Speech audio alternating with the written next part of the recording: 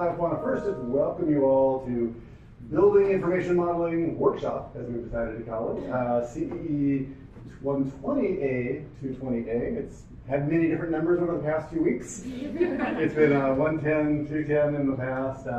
I'll apologize for all the confusion about the course numbering. What happened actually was we decided to make the course a three-quarter sequence for people who are really having an intense interest in building modeling and want to follow it through with some advanced applications, that they could keep on going in winter and spring quarters with some follow-on courses. And this got us to going to 110 A, B, C.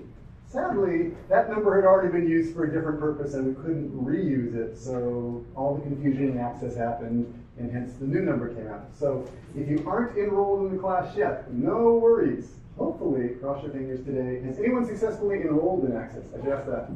I'm seeing a couple now. Okay, good. So it does exist. Yeah. Well, next time you see Jill upstairs in the CEE office, thank her profusely for all the work she's gone through in terms of trying to get all this fixed up and online. It really involved jumping through several different hoops yesterday, but yeah, she pulled it all together. So thanks to Jill for that.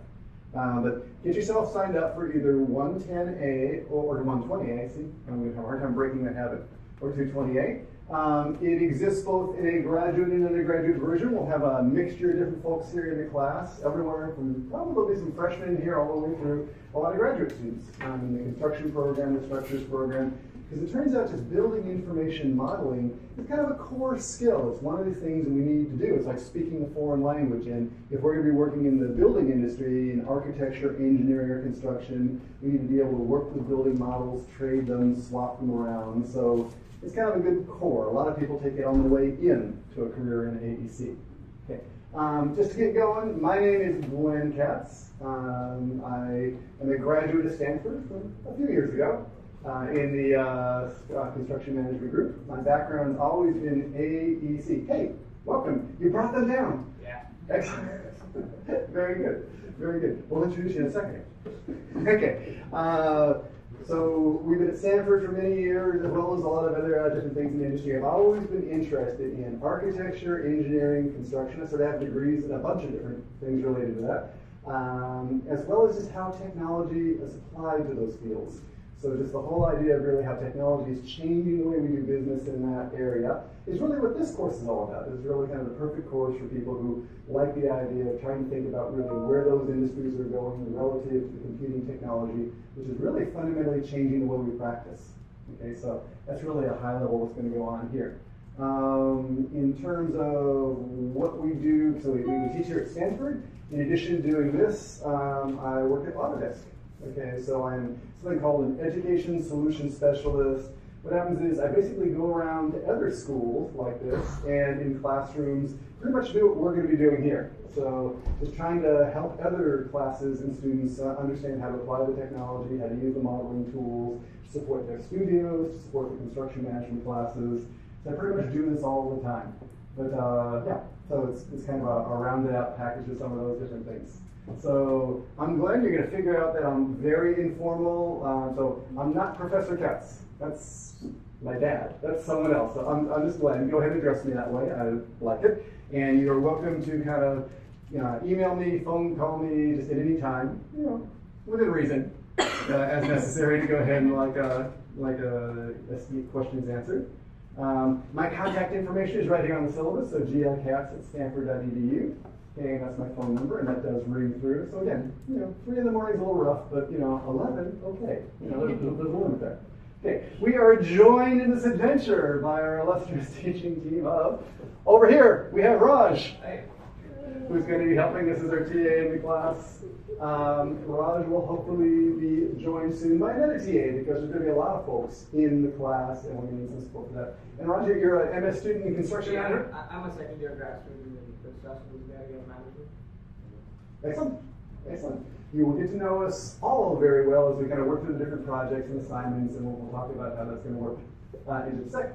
In terms of meeting times and places, you should know there are actually 3 different ways you can take this course. Okay, some people and a lot of folks will be here in the morning, kind of taking it here in Long 18, and that works out for some people's schedules, so 9 to 10:50 every Tuesday, Thursday.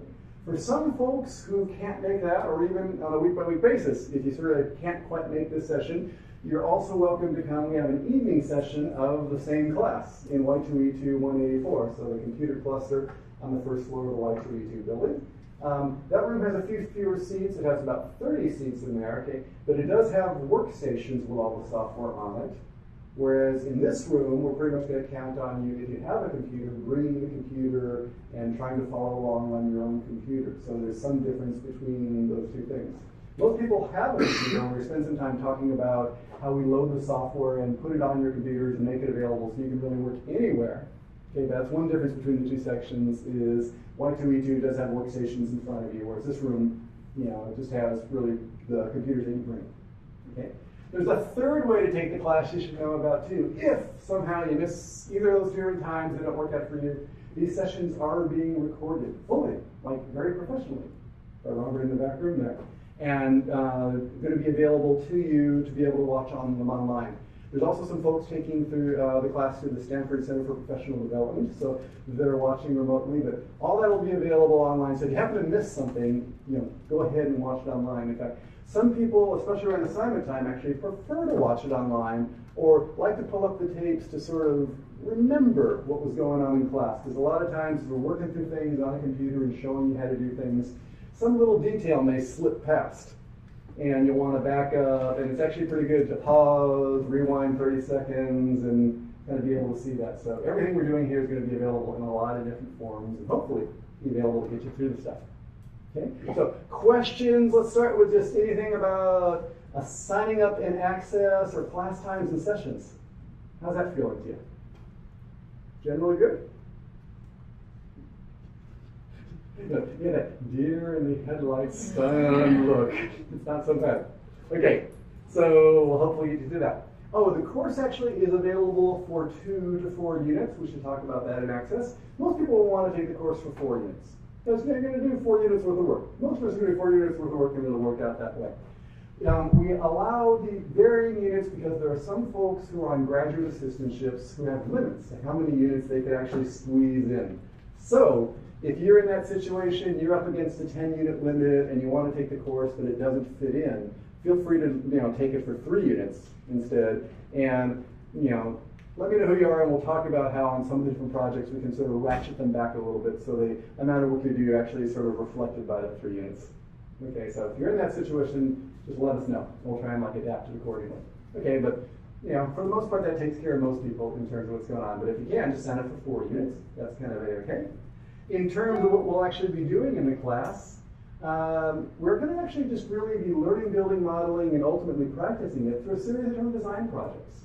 We're just going to learn some skills here in class. We're going to talk about how the building modeling tools work, give you some assignments where you really have a design task to complete. We're going to ask you to do a little program of what we'd like you to do, and really through the tools, the idea is to really go through, design something that meets that design program.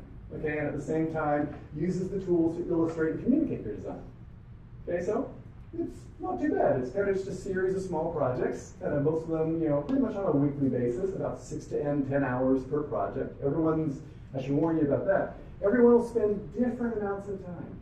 Okay, and everyone comes in with a very different set of skills. I should say that's okay too. So, if you are an incredibly talented architectural designer and everything you draw looks like some fantastic Frank Gehry masterpiece, super for you. Okay. Some people in the room aren't quite that way, and that's okay in terms of what's going on, because the point of this isn't going to be, and you won't be graded by, the fantastic quality of your architectural design concepts, because that's not it. It's really more about how well you're using the tools to go through and communicate your design ideas. Okay, so there's kind of a completeness, an accuracy, just how you're presenting and telling the story. It's really more about that. So if you don't have a big design background and your neighbor has these fantastic structures and yours are looking a little more doghouse-like, that's okay in the scheme of things. That's not how you're going to be evaluated and judged in the end. Okay, so everyone comes in with very different skills. In fact, that's one of the things that's really kind of cool about having a very mixed class with the undergrads and the grads all working together, in that sometimes you'll get the undergraduate architecture students who have very fantastic design ideas or pushing in one direction, but have very little concept of how anything's built. Okay, and if they're working together with construction management students who've been on the job site and understand how that goes together, and structure students who really know how it has to hook together, and energy students who actually understand what the sustainability implications of the design decisions are, we really get sort of a very interesting mix of things. And that's what we're hoping to have happening here. So everyone brings something else to the table. That's kind of cool.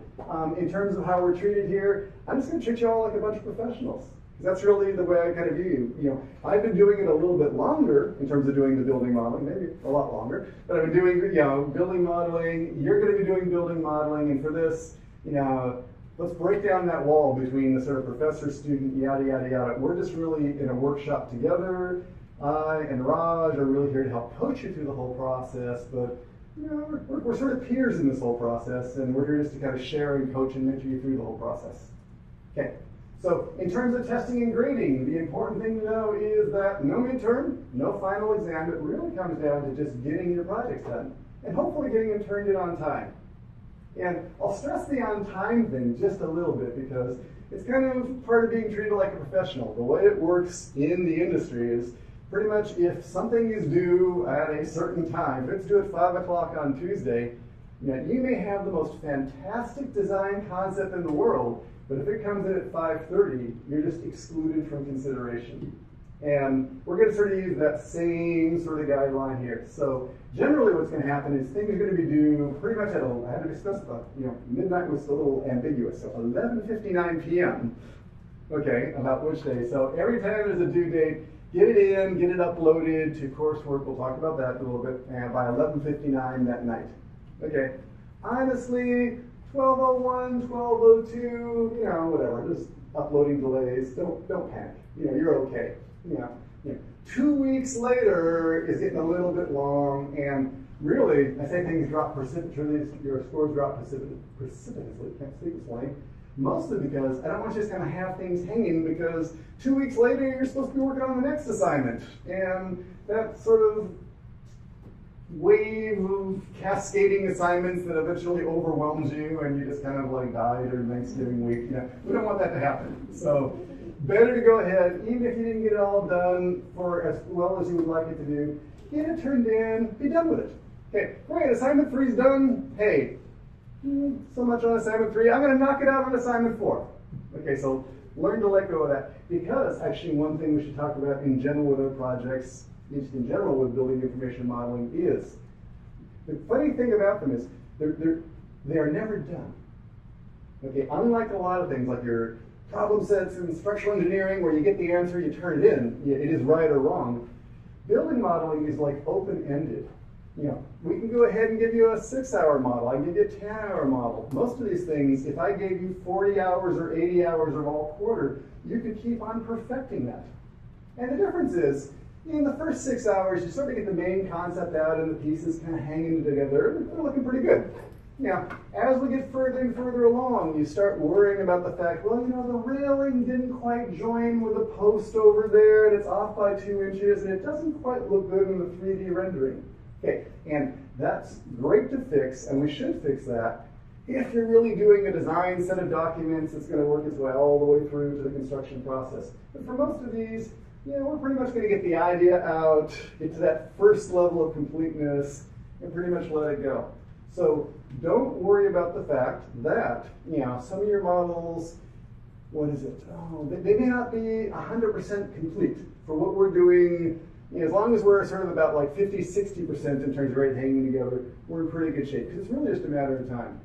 In industry, we would go on and solve all those problems and fix them all, but really for the purpose of this class, excessive perfection doesn't really get you anywhere in terms of what's going on. So learn to let go of them. And if it's really going to take 2 hours to go ahead and fix that funny railing connection, don't spend 2 hours fixing that funny railing. You got other things you got to get done too.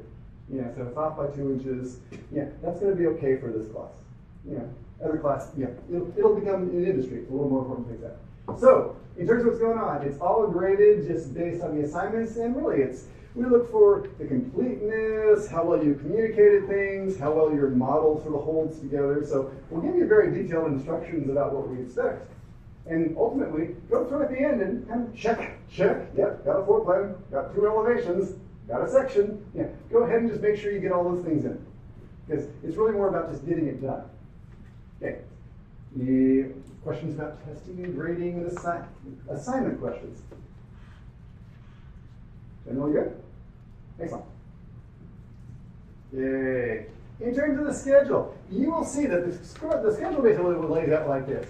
We spend the first 7 or 8 classes just really learning how to build building information models, all the kind of core elements. So we'll start by just building some very quick things just to walk you through the whole process of a simple building.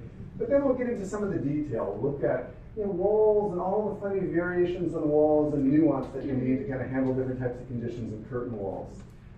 Ceilings, floors, we just kind of keep on building up really your toolbox of different sort of modeling skills and the types of things that you can design with.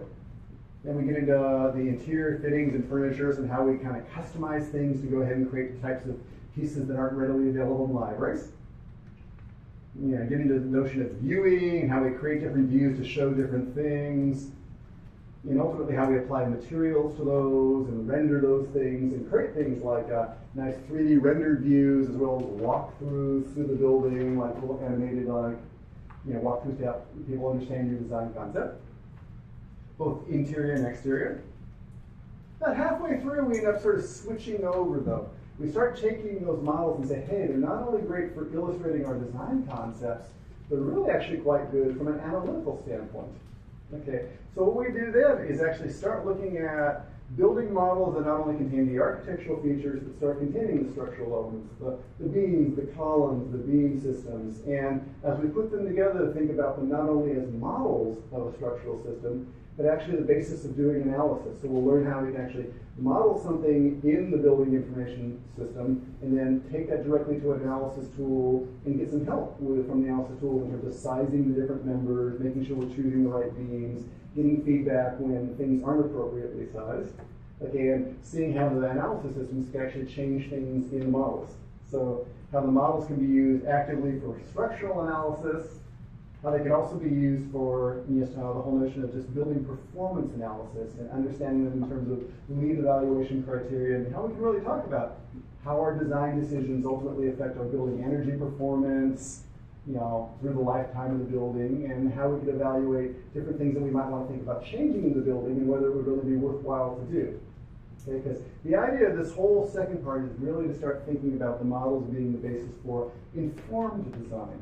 So the more we can get you information and feedback about structural implications, the building performance implications, or even the constructability implications, okay, and actually fold that into your early design thinking, the better. That's really the idea, is kind of bring that back so that you, as a new designer in this new era where it used to be the architects were kind of hanging out over here and they'd complete their beautiful designs and throw them over the wall to the structural engineer who somehow had to make sense out of what was going on that the architect proposed, who would often then say, that can't happen, so we'd throw it back over the wall to the architect and we get into sort of a hassle about that.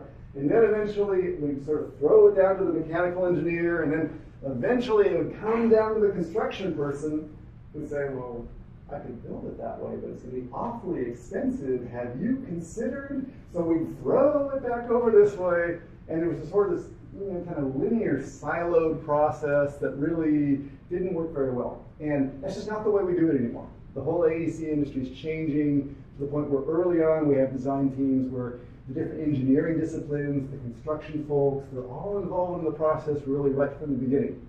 And informing the design, and from the very earliest conceptual design, we're understanding, okay, you want to do that?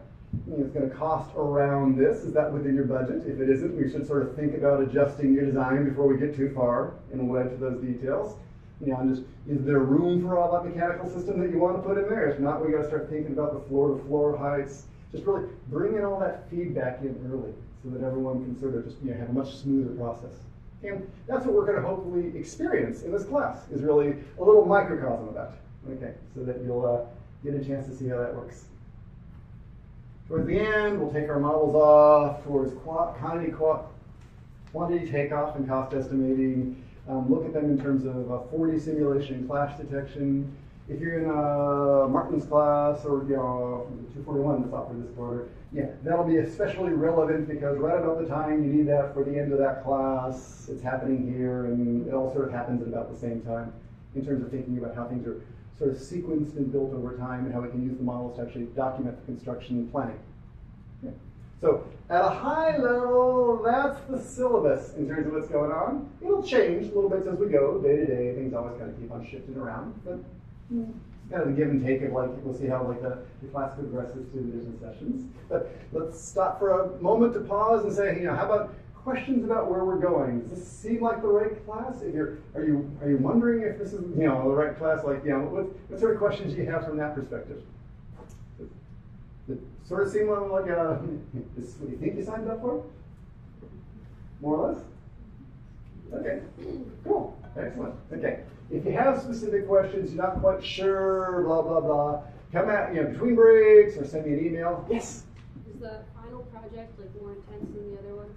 This is going to be a little bit longer. It'll probably be one where you're actually working with someone else together. Because I like to do for the final project, actually get a team where we have an architect and sort of an engineer and kind of a construction person together. So exactly. So a little more time in there. That's where we're going to allow, we'll get that all set up before the Thanksgiving recess and give you some time, like after the recess, to even sort of get it all finished up in class. Okay. Any other questions? Yes? I guess to piggyback off of that question, would we be picking our own people or would we go and pick for us? That's it. Usually we let people pick their own poison. I shouldn't say it that way. We let you pick your own workmates and stuff like that. But it's, in general, we'll try to do some balancing. What we've done in the past is just have people kind of self-identify. Are you more the design type, or are you more the structural type, or the construction type? And then try to pair up things like that. Yeah. But no, definitely look across the crowded room into someone's eyes, and when you make that connection, okay, you may be seeing them on a couple of different projects. But I do like to keep on stirring it up, because what often happens after the first project, when we go through the divorce, and you never want to see that person again, okay, we give you a chance to mix it up. Okay, any other random questions about the syllabus? No worries. Let me get you started on some of the logistics then, because that's actually going to be an important piece of this. Because we actually spend some time working on computers, and that introduces some complexities to the whole scheme. So the second handout actually just talks about the course logistics. And again, we're meeting here as well as in the Y2E2 teaching cluster on the first floor. So here's the scoop. All of the tools that you need for the course are available either to download on your own computer, and they're also available kind of in the teaching cluster. Okay, I highly recommend if you have a PC computer running Windows 7 or greater, okay, or you have a Mac computer that we're going to install Windows on, and we'll talk about that, that you go through and just download the software and actually have it available for yourself to work wherever you are. It gives you sort of the most flexibility in the scheme of things, and ultimately, if you're going to be doing building modeling, you probably want to have these tools on your computer, and the software we'll be using for the class is free. The Windows, kind of how we get that on, that's the part that has a little bit of a cost to it. We'll talk about that. So in general, if you can bring a computer to class, bring your laptop. I tend to work on just a MacBook Pro, but it also works on a MacBook Air. But if you can bring your own laptop of some type to class, you'll get more out of it, because you can kind of follow along as we're doing things and right away kind of see if it's hanging or not, because a lot of people will be following along in class. Okay. If you're up in the computer station, or using the computer cluster, actually I should let you know, things are available in the computer cluster. They're also available in the architecture studio for the architecture students. They're also available in the Sci-Fi I room. So if you have access to that room, and folks who do generally know who do, you do, you have access to all the software in there. For Y2E2, the general CE cluster, you can get in pretty much any time. You need your access, we'll get you added to it, so you will have access after hours. After 7, you need to tap into the building. There's a door code on that room, 113751. The architecture studio has its own door code, so that's all available. The I room, you have to need a key to get in there. Again, Teddy and the Sci-Fi staff sort of handles that side of it. So if you think you should get into the I room after hours, let's talk to Teddy. When you get on in there, and for any of the workstations, you pretty much log in using your SUNET ID and your password. When you do that, you'll actually be automatically connected to your AFS, your Android file system space. So you will have some volume that will follow you around wherever you log in, which is pretty good. Because then, no matter where you work, in one of the clusters or remotely, your work will always be there with you. So you don't have to worry about getting back to that one machine where you were working and someone else is sitting on it for 6 hours and holding you up. And you want to be able to store those things. But I almost always, just as a matter of precaution, will not only put my things on the system, but I'll also go ahead and kind of carry around a thumb drive with just my own documents on it, just in case something's going on with the network and you can't get to them at that time. So I highly recommend having a thumb drive too. Okay. Don't store your things on the desktop or in the My Documents folder, because what happens in the clusters is those things are wiped out. Like every day it gets refreshed, so if you leave it on the desktop, it'll go away like within 24 hours. So don't leave things on the desktop and stuff like that. Make sure you keep a copy of your own stuff. Okay, in terms of installing software on your computer, so our first package, and probably the most important one for what we're going to be doing in the first 4 or 5 sessions, is something called Autodesk Revit. Okay, it runs on any computer that's running Windows 7 or newer, and including Macintosh computers, and we'll talk about how you get it there in a little bit. In addition to Revit, okay, there's also some other software that we'll be using later in the quarter, and we can download those a little bit later. But all the software is available at a site where we can download it all for free. So let's just kind of walk you through that a little bit and kind of show you how it works. But there's in this handout just some instructions on installing Autodesk Revit 2014. The most important thing to note up front in terms of installation is that address, students.autodesk.com. Because that's actually your key to getting free software and access to free services and all that stuff. So if anyone's saying you need to buy AutoCAD or something like that, you don't. Because the student is available to you completely free to put on your machines. And here's how you do it. Let me go on over here. I'll just go to students.autodesk.com. Okay. This is something called the student community, or the education community. Within this, you need to either log in or register. If you haven't had an Autodesk ID account in the past, register for a new one. If you had one in the past, you may still want to register for one, in that if you haven't registered through the student community, okay, it doesn't understand that you're a student and give you access to things completely freely. So there are some things like cloud rendering and some services which are really great that are unlimited for students, that if you're seeing any sort of limitations on your account, just create a new account. There's no harm in creating several Autodesk IDs. Make sure you have one that understands you're a student. Okay? And when you do go through and say that you want to register, it's pretty easy. Coming out here, choose your country. Barrington. You don't have to use a Stanford EDU address. You can go ahead and use a Gmail address or whatever it is that you want to.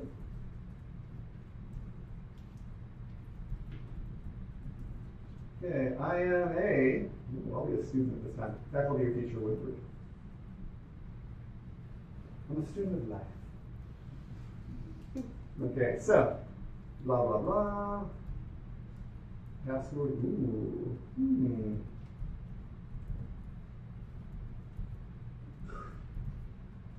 Security question. Like, at this point, who doesn't know where I'm born? Like, every website under the sun does. Oh, we'll leave that one blank for you. Okay. Conditions. School name. Here's what you want. It understands up with Stanford. School name. Go ahead and add my school not listed. That's interesting. Homeschool.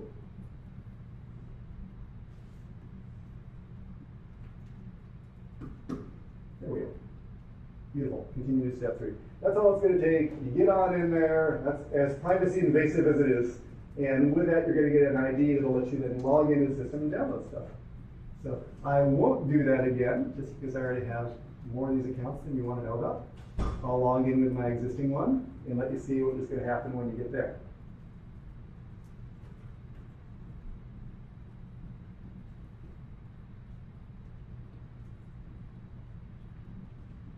On the education community, there's this whole tab all about free software, and you'll basically find everything under the sun and the kitchen sink here in terms of all the different Autodesk products that are available for you to download. And when you download them, you get a license for 3 years, okay, that you can kind of keep on working with, and as long as you're doing non-commercial work. Okay, as long as you do educational stuff. The one that we're going to spend most of our time to start out with is called Revit. Let me find it in the list here. There's Autodesk Revit. Let me warn you about this. You'll find Revit, and you'll find Revit Architecture, Revit MET, and Revit Structure.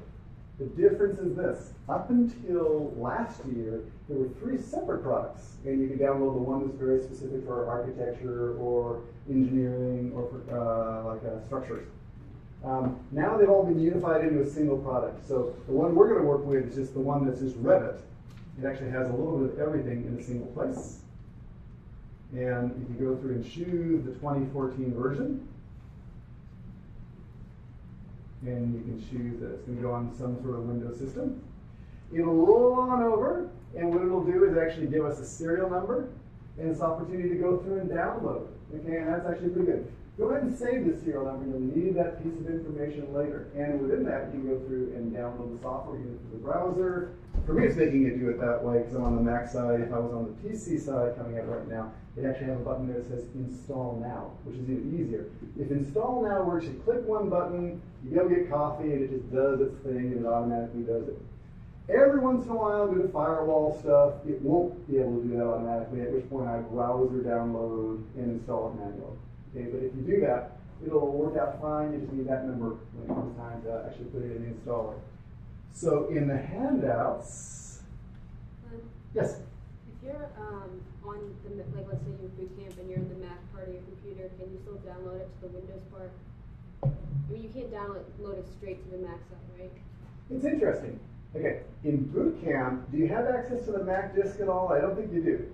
I mean, you can open it in Mac, but then Yeah. you're on Mac. But I'm just trying to think, if you're in the Windows partition, can you look out and see folders on the Mac desktop?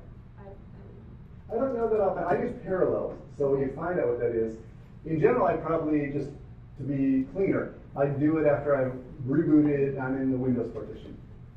Okay, in Parallels, it sort of works like you get to the Mac partition at the same time. Okay, but it's definitely a PC install, so if you can, go get it on that side. Okay, and when you're doing it, question. Oh, in Bootcamp, Yes. how much memory do you think I need on my Mac to run all this? Okay, if you have a machine, it'll actually work in a machine with 2 gigs. Okay, if you have a 4 gig machine, super. If you have an 8 gig machine, you're golden in terms of what's going on. Okay, yeah. On my MacBook Air, I'll go back to the second here, which is a 4 gig machine, I actually use Parallels and break it. So 2 gigs is for PC, 2 gigs is for Mac, and that still works just fine. Okay, so the size of the files we're going to be working with, which aren't 100-story towers, it'll be fine. Yeah, it would eventually break down. You'd run into memory limitations if you have less than 4 gigs. But you know, I run that on my MacBook Air with only 2 gigs allocated to the PC side, and you know, for all my demo purposes, it works just fine. Okay, so you got that. What's I going to say? It'll pop back in a second. Okay, so what you got to do is, I'm going to go back over to the handout. Okay, after you install it, make a note of your serial number, blah, blah, blah, install, say okay. If you get an error message that says that, hey, the software cannot be installed automatically, you need to do it manually, no worries, you go on back and you do browser download. And after you do the browser download, you'll get to a screen where it'll actually give you the option of putting in the serial number that you've recorded or has been emailed to you, and you follow it all the way through. And if you know you're successful, you hopefully get this thing that says your license is here and it'll expire in like 1,081 days. Don't actually worry about that, because as long as you're a student, every year they release a new release of the software and you'll update to the new one. So you actually you don't run out on your student time in terms of what's going on. Okay. Ultimately, after you graduate, you're probably going to be working in an office where it's going to be commercially available and installed there. But if not, then you're going to just hang up your own shingle. There's even a really kind of cool program where you can like buy the entire suite for $150. Okay, which is pretty good. It's like $5,000 or $6,000 for the software, and use it commercially. So there's cool stuff. You know, a lot of options for all this stuff. But for now, if you can, and a very good first goal for after this class is, you can go ahead and try and just download software and get it on your machine. Try it. Let's just sort of see, because what will happen, it'll work for 80% of you, 20% it won't, and then we'll spend Thursday and Friday kind of helping those people kind of get through the setup process and kind of figure out whatever it was that didn't quite work. Okay, oh, I know what I was going to comment about. If you can, when you're doing it, like download it. Well, if you live off campus, try to download it when you're on campus, because the speed of the campus network is usually much better than your DSL or whatever your system is that's off campus. So it's a big install. It's gonna be like 3 gigs of stuff coming your way. So if you can, download it when you're here, something like that. It just goes quicker. What's going on? Okay, that's installing just the software in general. So again, the important one to get right away is get Revit, Autodesk Revit. And then if you happen to be a Mac user, and I know there's several of you, and usually we have half the class working on Macs. Okay, here's what you need to do. If you're on a Mac, we just basically have to get your Mac fooled into running Windows. And it's actually pretty easy to do. You have a couple different options. We have the option of running Bootcamp. That's a free tool. You'll need a copy of Windows to install inside Bootcamp. But what it does is it basically shakes a chunk of your hard disk, okay, breaks it off, says you're the Mac side, you're the PC side, never the two shall cross, and you reboot to get from one side to the other. But when you do boot into the PC side, you have all the memory, all the resources of that computer are fully available to the PC. Okay, so it's good in terms of giving you a lot of resources to the PC side. The downside is there's some inconvenience about having to reboot and switch and get files transferred across. Okay, so Bootcamp works, but I actually prefer not to work with Bootcamp. Okay, I've tried a lot of different ways of doing this. I actually prefer an environment called Parallels. Parallels is actually, it's a virtualization environment, and what it lets you do is basically run the Mac and the PC environment simultaneously. Okay, and here's how it looks. I'm in the PC, I'm in the Mac. I'm in the PC, I'm in the Mac. Okay, so it's just running really the PC environment as an application. Yeah? Does Parallels run more slowly than Bootcamp? You will get about a 10% hit in terms of like the degradation. So for day-to-day stuff, the way you're modeling and all that kind of stuff, you won't notice it at all. You know, if we're doing some advanced numerical, when we do the analysis side, then you might see the 10%.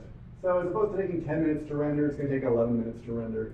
But you know, for what we're doing, I think it's a reasonable trade-off. Like for my own machine, I decided it was a reasonable trade-off. So it probably is for most of what you'll be doing too. So that's just sort of, you can choose either way. If you already have Bootcamp installed, you know, use it, try it, we'll see how it works. If you don't, then if I was starting from scratch, I'd probably say, oh, we'll just go for Parallels. But let's kind of talk about how that works. If you want to work with Parallels, it is available through this URL for a fantastic price of $39.99. It's actually not too bad. It's not a big vendor. Yeah, so for $39.99, it's a pretty easy solution. Think of it as the textbook you didn't have to buy for the class. Okay, because it's actually not too bad, and it does make your life pretty easy. So if you want to get Parallels, definitely go for this and go to the student edition. There's another, we'll sell it to you for $69 or $79, but take advantage of the student deal and get it for $39.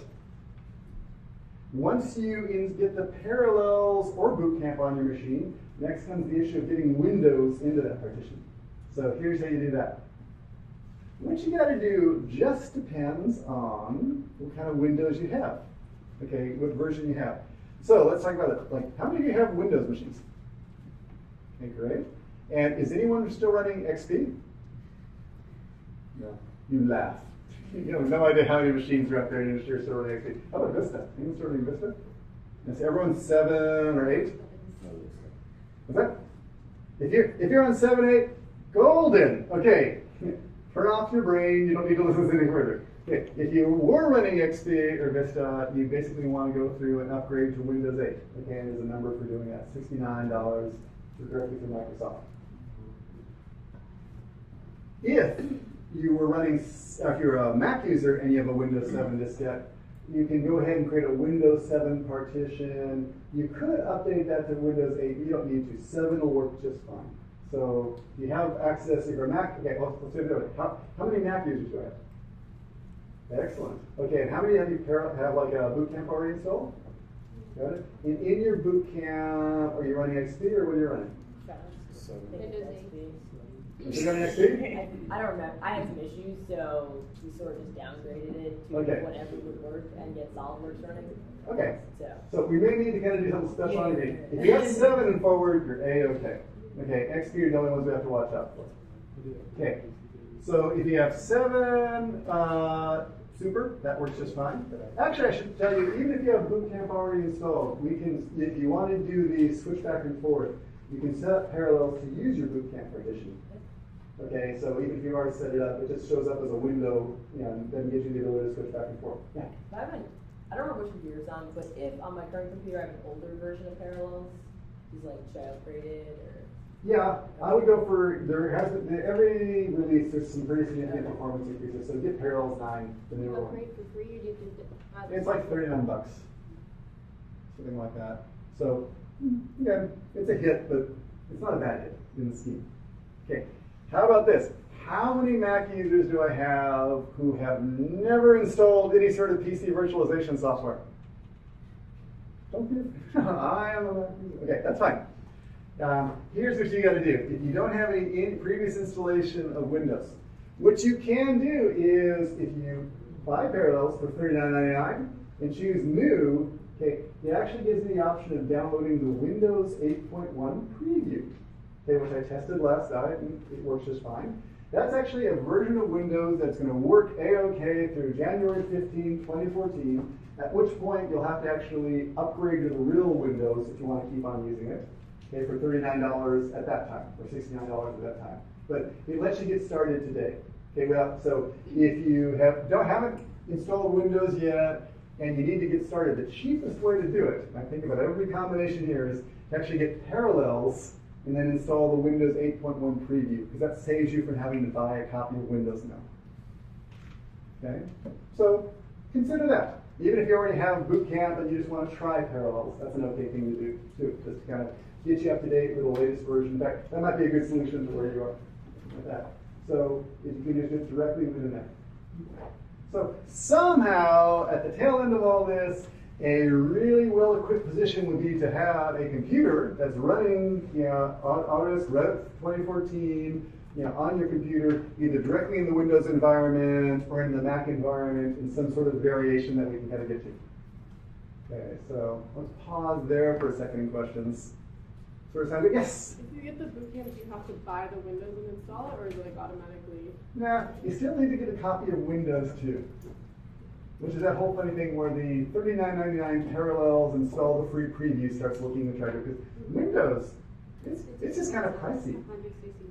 Was that? Windows 8 is like $160. If you buy it fresh, exactly, from scratch, and you have an old version to update, it's really quite pricey. Yes? Are there any student licenses with the department that you know of? For Windows? There isn't within our department. This is kind of strange. I think if you belong to electrical engineering, or you're part of, or if you have friends in electrical engineering, or I think in the mechanical engineering department, they have a deal where they're part of, what is it called? There's a Microsoft program, which is kind of like a developer network sort of program, and I think they can actually download the stuff for free. Is that true? Yeah. Okay, so work your magic in your network of folks. Yeah. Talk quietly amongst yourselves, because I certainly couldn't advocate like doing anything like that. But talk quietly amongst yourselves about like how might be some of your best solutions for getting that. Any other questions? Yep. Yes. Is it worth downloading AutoCAD as well? Not Or for what we're kind of doing. around it? You can. Everything that we can do in AutoCAD in terms of drafting and sort of the modeling there, we're going to be able to do in Revit also. So feel free to do it, because you might need it for another class, and it's available to you freely. Yeah, but you won't need it for what we're doing in this class. Okay. Okay, because really what happens, most of the drafting functionalities is actually available within Revit too, also. Yes? Last questions? Okay, let us do this then. Let us pause to refresh. So, it's 9:55, more or less, I can tell 1 o'clock on the wall. How about come on back at 10:05 or so? So, if you need to get drinks upstairs, restrooms around the corner, or whatever, go ahead and relax. We'll stick around and answer questions, but please be back at 10:05, and we'll actually do something, like actually show you building information modeling as opposed to talking about all this logistical stuff. Okay? So back in 10. probably works